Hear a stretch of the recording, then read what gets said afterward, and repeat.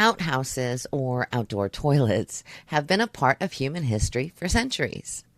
Before modern plumbing, people relied on these simple structures for their sanitary needs.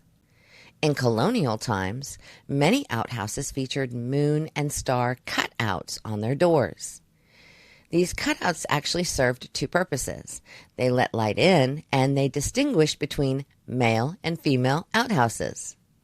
A crescent moon symbolized a female, and a star represented a male.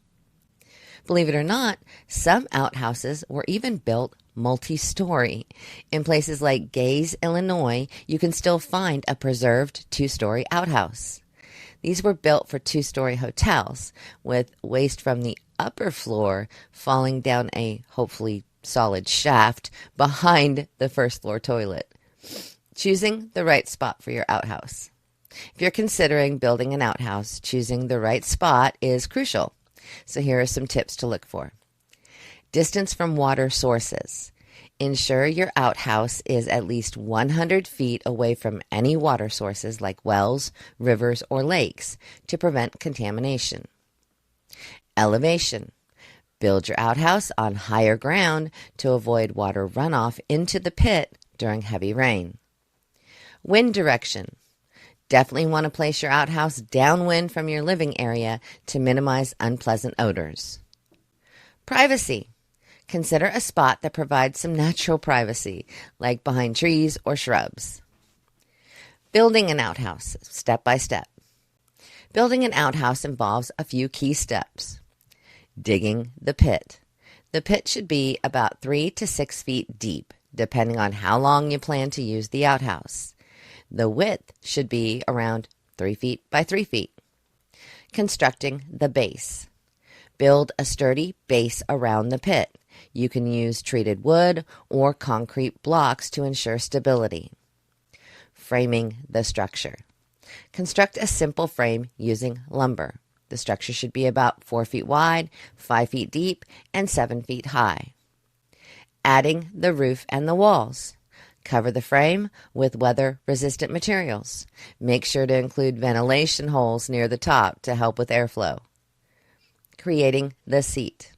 Build a bench with a hole cut in the middle. Cover the hole with a toilet seat for comfort. Regulations and permits. Before you start building, check your local and state regulations. Many places have specific rules about outhouse construction to ensure health and safety and get more money. You might need a permit, and some areas require inspections.